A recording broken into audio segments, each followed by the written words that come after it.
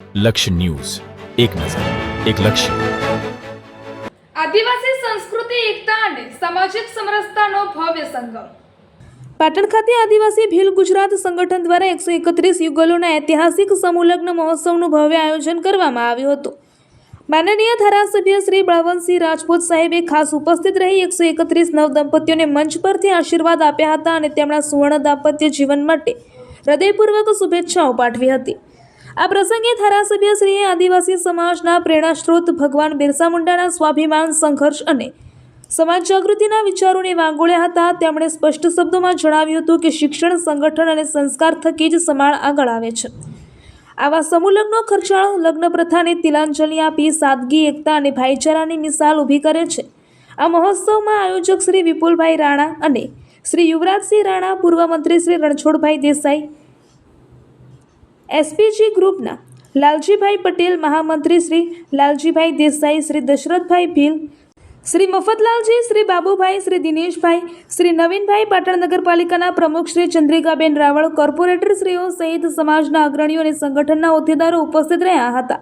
ગુજરાત, રાજસ્થાન, મધ્યપ્રદેશ અને મહારાષ્ટ્રથી મોટી સંખ્યામાં લોકો આ કાર્યક્રમમાં પધાર્યા હતા. સમગ્ર વાતાવરણ જય જોહારના નારા સાથે ગુંજી ઉઠ્યું હતું. રિપોર્ટર અરવિંદ રાણા, ધાનેરા. ઓકે. સંગઠન દ્વારા જે આજે બીજા સમૂહ લગ્ન થઈ રહ્યા છે એમાં આજે જ્યારે અહીંયા આવવાનો મોકો મળ્યો ત્યારે હું સમક્ષ ગુજરાતની પ્રજાને કહેવા માગું છું કે જે અમારું અભિયાન ચાલી રહ્યું છે, અમારી જે લડાઈ છે સરકાર સામે કે છેલ્લા 5 વર્ષથી અમે જે લગ્ન નોંધણીના કાયદામાં સુધારા માટેની જે વાત કરી રહ્યા છીએ, તો 400 સમાજે તો ઓલરેડી અમને 400 જ્ઞાતિ અમને સમર્થન કર્યું છે કે સમાજની દીકરી સમાજમાં રહેવી જોઈએ. તો જ્યારે હજારો લોકો એટલે 50,000થી વધારે આજે આ સમૂહ લગ્નની અંદર આજે આદિવાસી ભાઈઓ જે જોડાયેલા છે, એમના જે અધ્યક્ષ છે વિપુલભાઈ રાણા, એમને પણ આ સંગઠન દ્વારા અમને ટેકો આપ્યો છે અને એમને કહ્યું છે કે સમાજની દીકરી સમાજમાં રહેવી જોઈએ.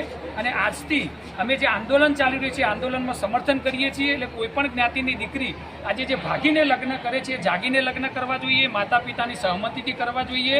અને પ્રેમ લગ્ન અમે કોઈ વિરોધી નથી, પણ જે દીકરીઓ ભાગીને લગ્ન કરે છે અને જાગીને લગ્ન નથી કરતી અને જે અન્ય જ્ઞાતિના અસામાજિક તત્વો જે દીકરીઓને ભગાડીને લગ્ન કરે છે અને છેતરીને જે લગ્ન કરે છે, એવા લોકોનો અમને વિરોધ છે. તો આ સંગઠનનો પણ હું આભાર માનું છું કે જેમને આ લગ્ન નોંધણીના કાયદામાં સુધારો આવવા માટે એમને સહકાર આપ્યો છે. તો આખા એ સંગઠનનો હું અહીંયા ખૂબ ખૂબ આભાર માનું છું અને આજથી આ સંગઠન અમારી લડાઈની અંદર જોડાઈ ગયું છે. જય જોહાર, જય આદિવાસી, જય જીએસ.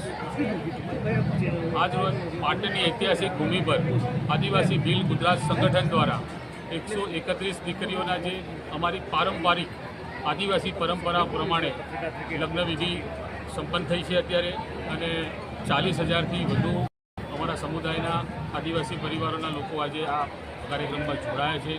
આ કાર્યક્રમની રૂપરેખામાં જોવા જઈએ તો મહત્ત્વની થીમ છે કે એક પેડ આદિવાસી કે નામ.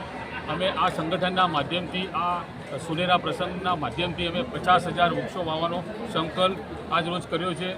અને આવનારા સમયમાં સરકારી તંત્રમાં જેટલી બી સરકારી ઓફિસો હોય, સરકારી સ્કૂલો હોય, કોલેજો હોય, એ તમામ કેમ્પસોમાં અમારા સંગઠનના માધ્યમથી અમે વૃક્ષારોપણ કરીશું. વૃક્ષારોપણ ખાલી ફોટો પડાવવા માટે નહીં, પણ એને ઉછેર માટે બી અમારી ટીમ સક્રિય રહેશે, એવો અમારો પ્રયત્ન છે. સાથે સાથે જે ગરીબ પરિવારોની દીકરીઓ જે અહીંયા આ સમૂહ લગ્નમાં જોડાઈ છે, તો સંગઠનના માધ્યમથી જીવન જરૂરિયાતની તમામ ચીજ વસ્તુઓ અમે એમને આપવાના છે. આપ ડિસ્પ્લેમાં જોયું હશે કે સોફાથી લઈ સોફા, ડબલ બેડનો પલંગ છે કે ડ્રેસિંગ ટેબલ છે, એવી જીવન જરૂરિયાતની તમામ ઘર વકરીઓ અમે આ સંગઠનના માધ્યમથી દીકરીઓને આપવાના છે. સાથે સાથે આજે તમામ રાજ્યો જેવા કે કહીએ કે ઝારખંડ છે, મહારાષ્ટ્ર છે, રાજસ્થાન, MP અને ગુજરાત, જેમાં અમારો આદિવાસી સમાજ મોટી સંખ્યામાં વસવાટ કરે છે, તો એ તમામ રાજ્યોમાંથી આજે કલ્ચરલ ટીમો આજે આ પ્લેટફોર્મ પર, આ પાટણની ભૂમિ પર અમારા ઐતિહાસિક